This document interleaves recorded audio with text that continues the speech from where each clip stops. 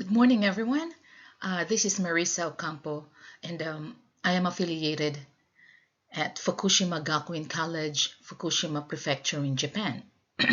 and the research that I'm going to share to you today is about the teacher's efficacy to understand students' personal vision of life towards a positive well-being.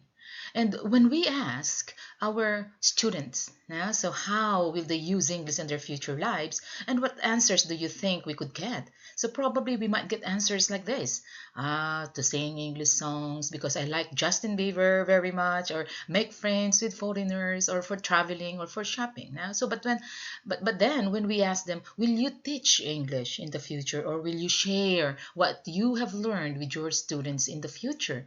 Probably now, so probably most of them will answer you like this: of course not, no? Or in Japanese, we say zettai zettai ni tsukawanai. Na? So, and I don't know English at all. Eigo wa wakaranai. Now, so these are only some of the students' perception about their English use. And yeah, so let us suppose, no, so that a student is carrying loads on his shoulder before coming to the classroom, such as social related issues or future goals and personal worries, and then, or probably, so students perceive themselves as they're really not good at it. No, it's about their grammatical mistakes, they make mistakes about grammars.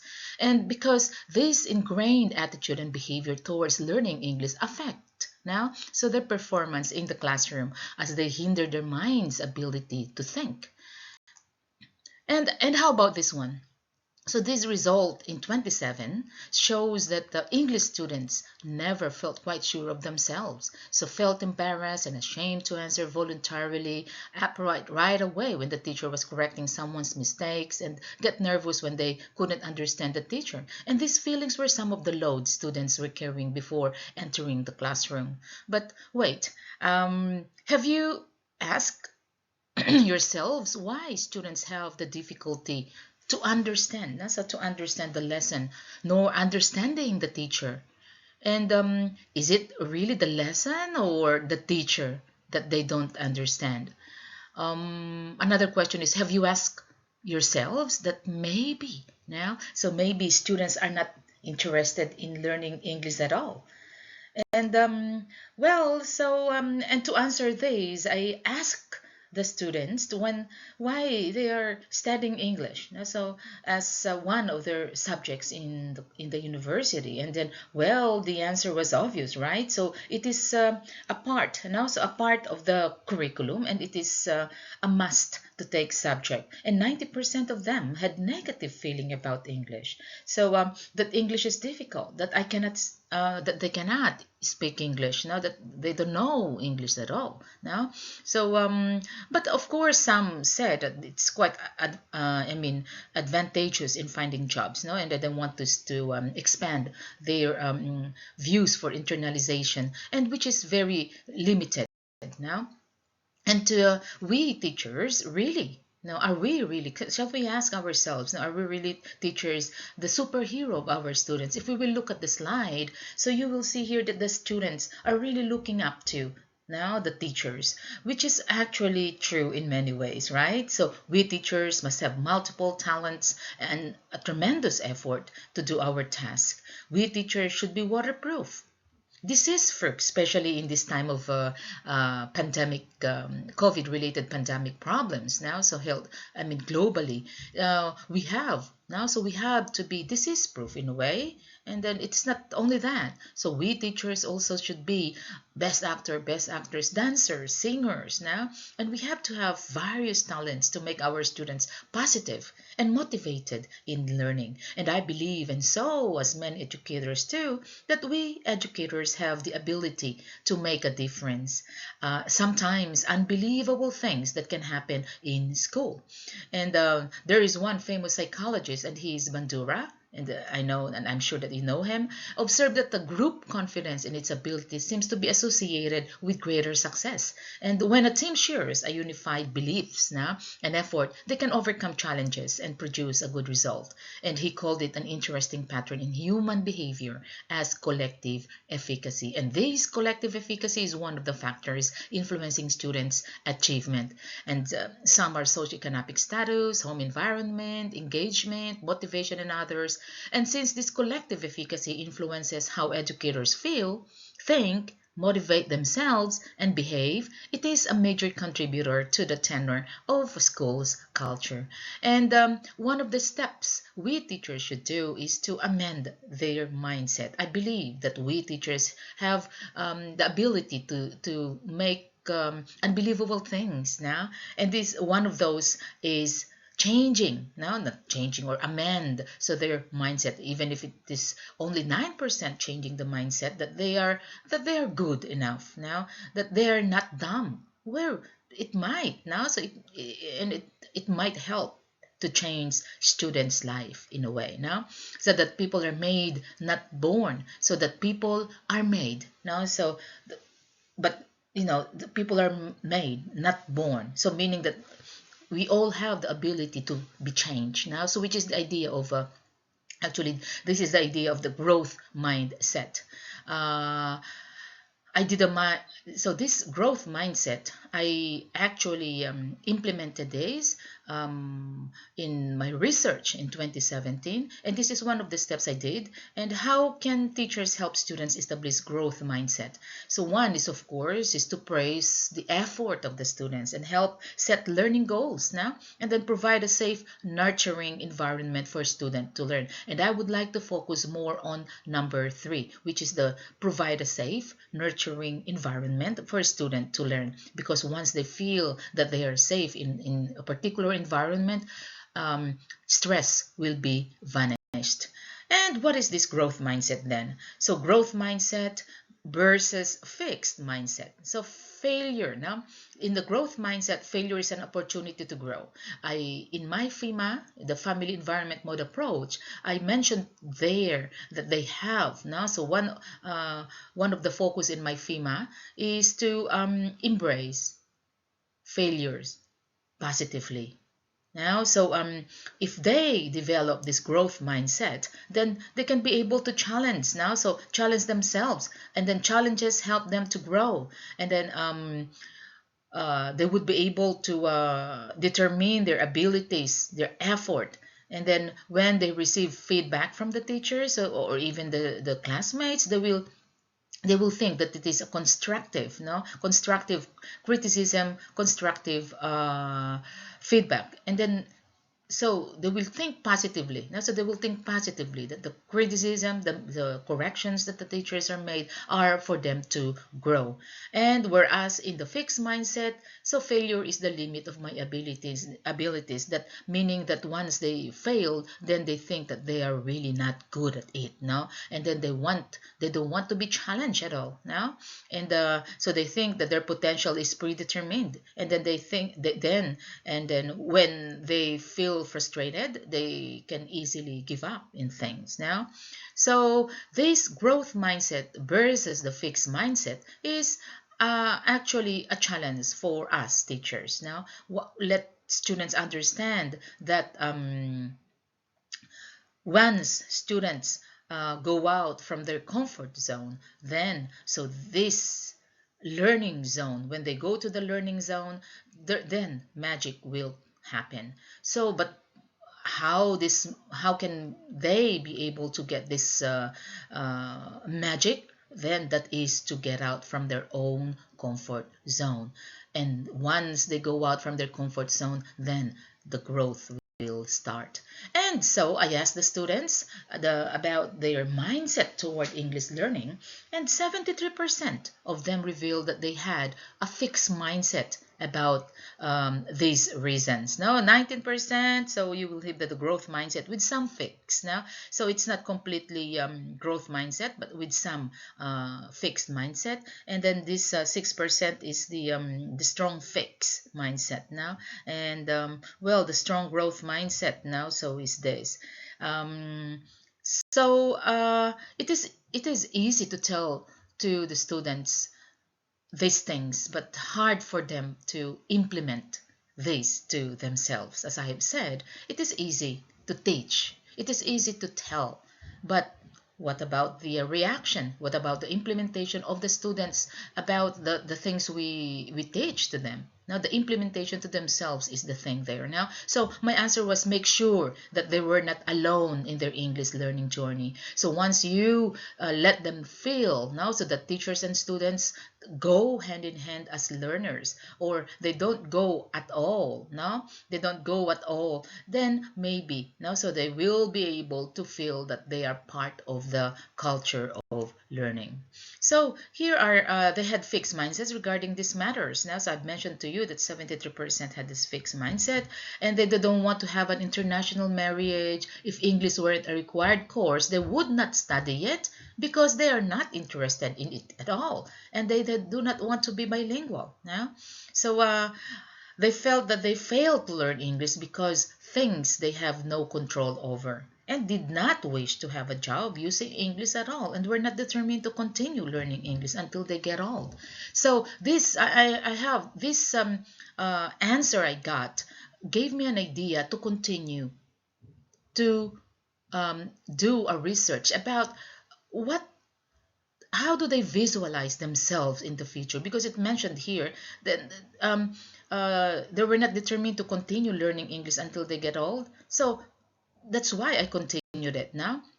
And in the study I did in 2017, I this is actually the conclusion I made. And this study attention to the fact that learners need to develop certain skill or strategies to amend their mindset now. So one is to help the student's mind focus on loving and failure mistakes. As I've said a while ago, that they have to embrace the mistakes now, mistakes in learning grammar and reading journey now. And then engaging in positive self-talk and being a model to other students, we teachers now. And then having to motivate themselves with incentives and self-reward to develop their empathic attitude in accepting failure and mistake positively. And we have to, of course, amend students' mind to develop a test-loving mind and attitude by letting go now, so students to the quizzes as a pair work with open books and other materials except to the final examination. This is also one of the techniques I did. The recent research I did, I did and the technique now, so which is I called it the SET now, so the shared examination technique to answer this pair work with open books and open open heart with their partners now. So as super teachers, I mentioned a while ago, we are super teachers, right? So we can be teachers, we can be different personalities. Now, I thought of why not try to understand their vision. So their vision of life. So I thought that maybe our goals are different. Students' goals are different from us. That's why we have difficulty to meet now, to meet in one point. And luckily, I read an article by Dan, no? So agreeing to this, saying that a picture is worth 1,000 words. So this is true when visualization is concerned. So people from all walks of life have practical visualization for centuries at different stages of their lives, even different days of their lives. It is only in recent years that visualization technique have been widely taught in our society. Now, different example of visualization include daydreaming, fantasizing, mental rehearsals, and imagination. And many of us have often fantasized about winning the lottery, or getting a better job, or getting that nice body shape, and or going for that dream luxurious vacation, and or even driving the dream car, or even staying in the dream house now, and which can bring us all good feeling now. So all this visualization, positive visualization, gives give us positive feeling now. So um I think, yeah. So, because vision of the contemplation of imagined future possibilities can strongly impact students' progress in learning English as a foreign language. It has been confirmed that future self-guides are associated with visual imagery and leads to personal vision, where hope is the affective driver. And the possible self, which is closely related to vision, offers a powerful motivational self mechanism and preserving students' ideas of what they might become and would like to become. Here, it may only require a small adjustment to persons' awareness of their desire to have a huge impact on their perception and choices. And here are the facts now. So, teachers strive to motivate the students to study. However, language teaching is frequently challenging and they often experience anxiety, burnout, and stress. And why so? Why so? Japan-based English teachers face more challenging factors because of the following. One, teachers' limitation to understand students' L1 now, so which is quite vice versa. It's not only the teacher but the students too now. And second, less motivated students due to some students' personal reasons. So as I've mentioned a while ago, so dislike the subject because it doesn't contribute to their life. They don't need it in their lives, at least at this moment. Now, for those with the option to take English, they are enjoying learning it, even if it is hard. Now, and in the contrary, for those whose English is a compulsory subject, many of them take the subject against their will, and as a result, less motivated to do the task. And then third, you will see here that the future self as an English user is almost non-existent. Now, and fourth, the vision to use English is only for traveling with their family in their 50s. This is an answer to the conclusion I had in the slide in the slide I showed to you a while ago, that so their vision to use English is only for traveling with their families in their 50s, not this moment, but definitely not to teach English. So that is the fact. So in Japan, it's strongly impacted by learners' attitude so towards the role of English within their society.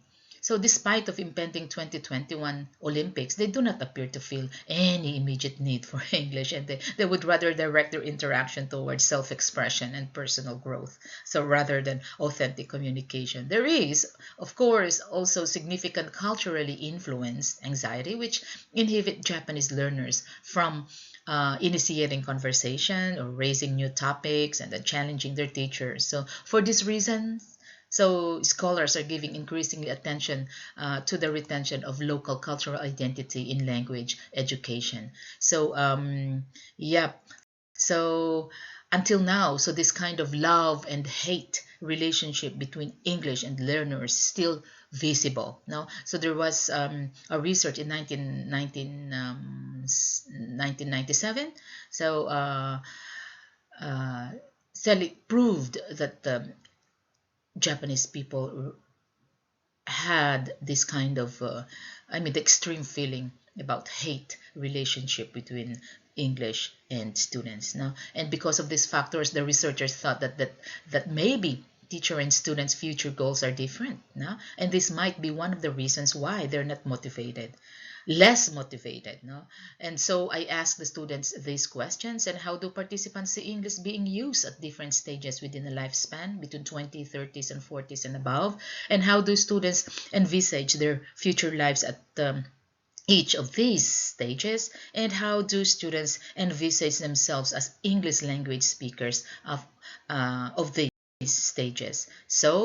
So my methodology now, so students were asked voluntarily to answer the questionnaire about their vision of life and the relevance of it in their future lives. So since it is voluntary, there were only 82. Now, so 82 students who participated and revealed their personal ideas in 2 years. So result was interesting though, and we teachers should be aware of it. Now, so by knowing learners' vision of life and future self is a big help to understand the factors affecting students' perception and attitude in learning English. So respondents were asked about how they perceive themselves in the following categories: in the future, and how do they use English in each category, about the health, ability, skills, relationship, the time, wealth, and accomplishment. Now, so accomplishment and contentment. And by learning. Now, so if we look at these comments, you will see that the priority of their lives is more on having a family of their own. So this is written in Japanese, sorry, but then, so you will see here now that by the age of 20, so all of this is marriage, and then you have the child of two at the age of 30, and then at the age, by reaching 35 years old, then they will start working. So and then at the age of 50, then they will go traveling with their husbands and family. So the respondents of my research revealed that at this moment they don't need English at all. No, so the closest future for them is 20 to 30 now, and the goal is different. No use of English at all, and we teachers also have should have an ability to understand this reality. Of course, it depends on what kind of students do you have. In my case, so I teach now, so I teach the students of the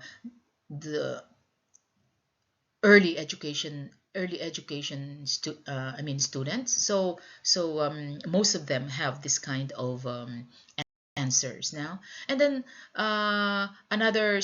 another student revealed that she will have a honeymoon in another country. Now, so they will, only for that reason. So meaning that's the recent. So she's studying English. She's really doing her great to study English because she wants to use English for her honeymoon in the near future. Now, so another is one, and then some of the students said that they will never be an English teacher now. So it is not a part of their dream. They want to be a teacher in the future, early education teachers, but not English. So as I've said a while ago, that in Japan, so they are I mean in the society wherein Japanese is only used in the working place now. And then also they said that I'm not good at English, so I won't use English in the future. And then this comment alarmed me actually now, and I don't want to live longer. So one of the students actually revealed that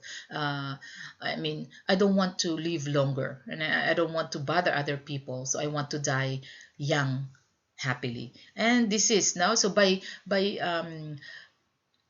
understanding students' future lives, future's vision in life is very important. And in that case also, we would be able to understand students' feeling, why they are less motivated, why they are not, no? So why they're not studying English seriously. So when you see this, you might ask yourself how efficient you are to motivate and guide students' future self as a learner, right? So, and what is the role of teachers' efficacy with FEMA in each of these situations? So, but how, if you see a comment like this, that the life is tiring and I want to die young, and of course, as I've said, so they prefer to write everything in Japanese, not in English, but only this thing now. So I actually saw this comments with two students now. So written in English. So that's why I was so touched by this. Completely of no English use in her life, and then I want to die early now. So English don't use because I cannot speak English, or healthy, very good, I will eat natto every day. So but at least they're really doing their best to write their comments in English, and that is how I thought of strengthening my FEMA approach, to give them an effective environment, to at least encourage them to see the importance of learning English now and its benefit to their future dreams now. So I again recalled to them my FEMA. And what is this FEMA, by the way? So probably most of you don't have an idea what this is FEMA. So it is my chance now to share to you what is this FEMA about. So FEMA actually, here is the original FEMA I introduced to let them understood again and again that our class is their family in the university campus, that we are one big family. So FEMA stands for Family Environment Mode Approach. Now, and I made it clear to the students that the only FEMA can give are to reduce learners' stress and increase their motivation by calibrating attitudinal adjustment of changes in mindset. And these key attitudinal changes, which I usually refer to mindsets, are the embracing failure and letting go of fear of making mistakes. And number two is to think of the class and its subgroup as family-like units. So I always, and every time we meet, so that I am their mom now, because I believe teaching and learning any subject is an intricate process that involves manifold interaction and everything learners and teachers do bring to the classroom, including beliefs, personalities, and relationship with other people around them, influence their actions in class. So within this complex range of affective dynamics, two affective aspects have particularly captured my attention, and these are the stress and effect. And I encourage them to call me mom or okan in Japanese, and an interview with the students who call the researchers or me, no, mom, okan, and Ocampo sensei. 20% of the students show their positive acceptance of calling the teacher or me, particularly because of the pronunciation, which is probably quite cool to call me mom. Now, and 40% prefer to call me okan from the word Japanese okaasan, which means mother in Japanese. Now, and then 80% of the students were so happy when I called them my daughters or son, and the 20% actually didn't comment anything. So I never let students to be alone in taking quizzes and examination. This way, students felt they're less anxious and stressed. And at the beginning, they respond negatively when they learned there were a test. But when I reminded them that they will do the test with their partners, then they felt relax. So as their okan in the classroom, I always remind them that about the power of visualization, that the following can be of help now, so to strengthen their power of visualization. So think that everybody makes mistakes, so it is fine to make one. Imagine that you are in the future you. So if you think that you are successful in the future, then why don't think it now that you are successful now? Feel the success now. Now, so visualize that you are with your loved ones now. If you are thinking, oh, a good marriage 20 or 10 years or maybe 5 years from now, why don't you think the love now? Now, create an imagery like situation that you are in your future dream now, and told that what the mind can conceive and believe it can be achieved now, and that is Apollyon Hill. So we can be our students' dream co-creator and not a dream distractor. This is a quoted, phrase that I borrowed from Kim Rockwell, and I'm very thankful that he shared me this now, so that we teachers can be their dream co-creators now, and not students' dream distractor.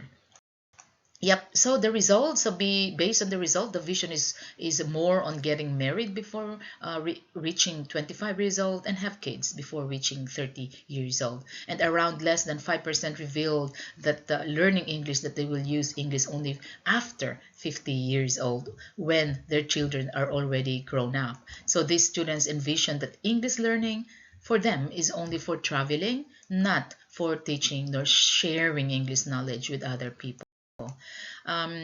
If we are looking for the real meaning of being a teacher in the classroom, and that is hard to find, we have to create our own meaning. The role of closeness, intimacy, and interconnectedness between the teacher and student as an important component of human happiness are of no doubt necessary to motivate students to engage in learning. However, one of our roles as teachers is to identify ingredients. Now, this is this one now. So second to the last. Now, so we have so the last one, we have to identify ingredients that build a strong relationship and affective rapport among students. Now, of course, affective environment. We have to develop this affective environment with true now, so this is very important, with true warmth and concern from a teacher is necessary to let students share their hidden unshared or unsaid feeling, both positive and negative. I would like to inculcate I would like to focus on the true warmth, because when we give our